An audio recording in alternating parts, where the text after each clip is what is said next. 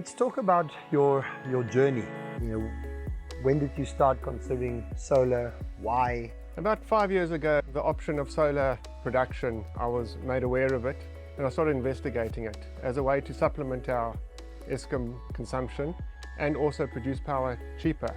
And it financially looked like a model. We proposed the first plant and we started from there, feeding into our grid. And that first plant was very successful and we could see the benefits. So the following year we developed a second plant, also just supplying a small percentage of our total consumption. And I think based on that, we started looking at expanding. When you started, the way I understand it is the network belongs to you, but there's a lot of the consumption that's for the actual estate.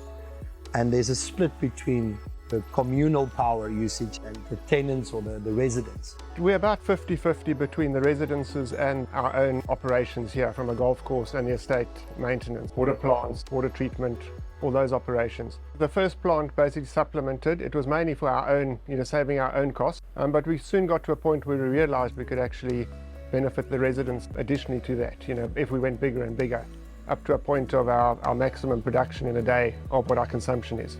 Why did the residents not do their own thing? Why can't they just put panels onto their own, homes? Most of the homes are thatch, where legalities of putting solar panels on them in an environment where you're right next to the Kruger Park, in a wildlife estate. You can't really have solar panels on ground mounts next to houses. They just wouldn't fit in. And a few years ago, no one was even thinking about solar as an option. Batteries were in the infancy. We weren't even thinking of batteries until about 2 years ago, when we started saying this is the next option. The residences were basically, we supplied them affordable power, and the solar did discount the rate of the power, so we could keep it affordable. But as load shedding has started increasing, we've understood the benefit what the solar can actually give us in those periods. The second phase was then an area designated for the residents, and then they could buy in, help fund. Maybe let's understand that model. Our initial plants covered our maximum demand in the day, so any additional solar we'd have to put storage, or we'd have to find a place to use it. We started looking at a community solar plant where we could actually let the residences subscribe to the plant, and the power it produces goes directly against their consumption.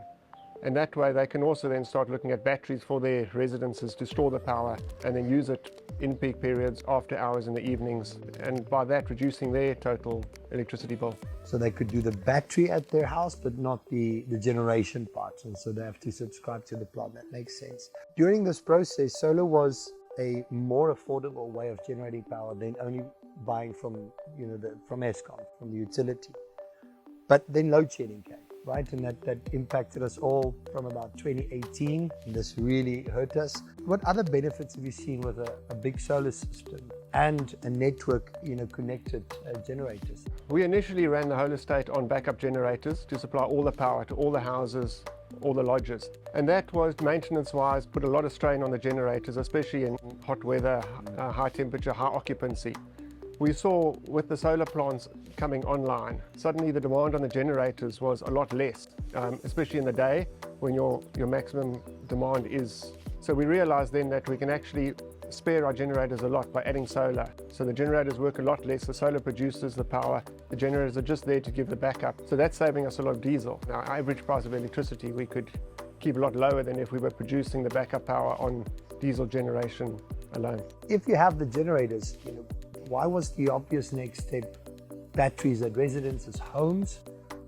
Is there batteries or the estates, consumption? Why is batteries the obvious next step? I think we started seeing what our needs were from a company perspective. We got the clubhouse, we got pumps, all those systems running, and load shedding causes disruptions. So we started looking at our own infrastructure, putting in backup batteries and inverters to maintain the power in those buildings.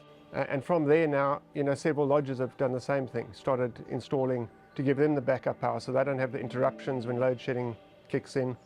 We're also then getting a big saving on peak electricity rates. In the mornings and the evenings, the batteries are set to run in those periods, so we lowered our peaks. So we're saving cost-wise. It's making the solar even more beneficial to the estate.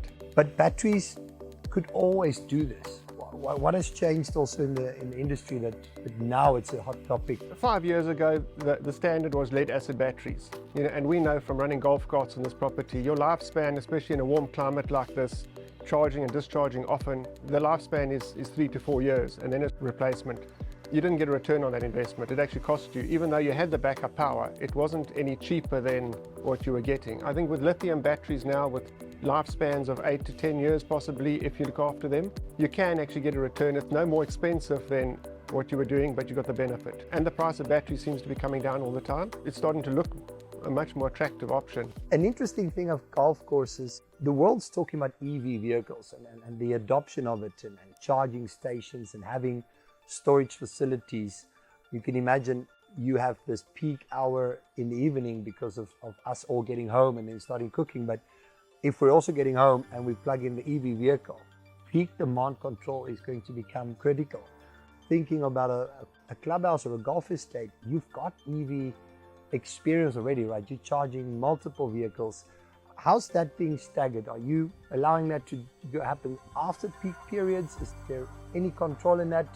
How big an effect does it have if multiple charging stations are coming online? Currently, we don't have much control over that. We're looking at load control across the whole property, between golf cart charging, but also geysers on all the properties. Our pumps are all on PLCs now, so we can actually control that. When our generators run, we can switch our pumps off. So we can control a lot of our loads currently, but we have to extend that across the estate. And then it becomes a lot easier for batteries to carry the load if you can control it when in the peak periods and not waste power where it's unnecessary. It's amazing to see that one's culture in how you start using power. Once you've got the data, the information, okay, this is what's happening, it's good to see. And I think that's perhaps a smaller benefit that's not very tangible. We have started, I think, looking at our electricity usage a lot more and actually logging everything. We've gone with smart meters, electricity meters on all our properties, on all our pumps. So we actually know exactly what they're using in peak periods, what they're using off peak, their total consumption. Every half hour we can actually track nearly every property on this premises. And I think that's also allowed us to realize where we're wasting power, or our biggest consumers, and then we can start finding ways to reduce that consumption. The aim, I think, is to become more sustainable on the property. We started off at 20% solar. We're up to now closer to, with the communal solar plants coming online, we're closer to 35% of total consumption coming from solar. I can see us in the next few years getting easily to 40 or 50% if we start putting more into the battery and the load management. If someone is managing an estate or a golf club or something of this similar size, what would your advice be? I think having multiple partners helps. You've got to have an understanding of what you're actually doing on your property. So you've got to understand your power consumption use and your power consumption patterns. So you need someone that can help you with that. If you don't have the infrastructure, you need to get that in place. So you actually know what you're doing with your power.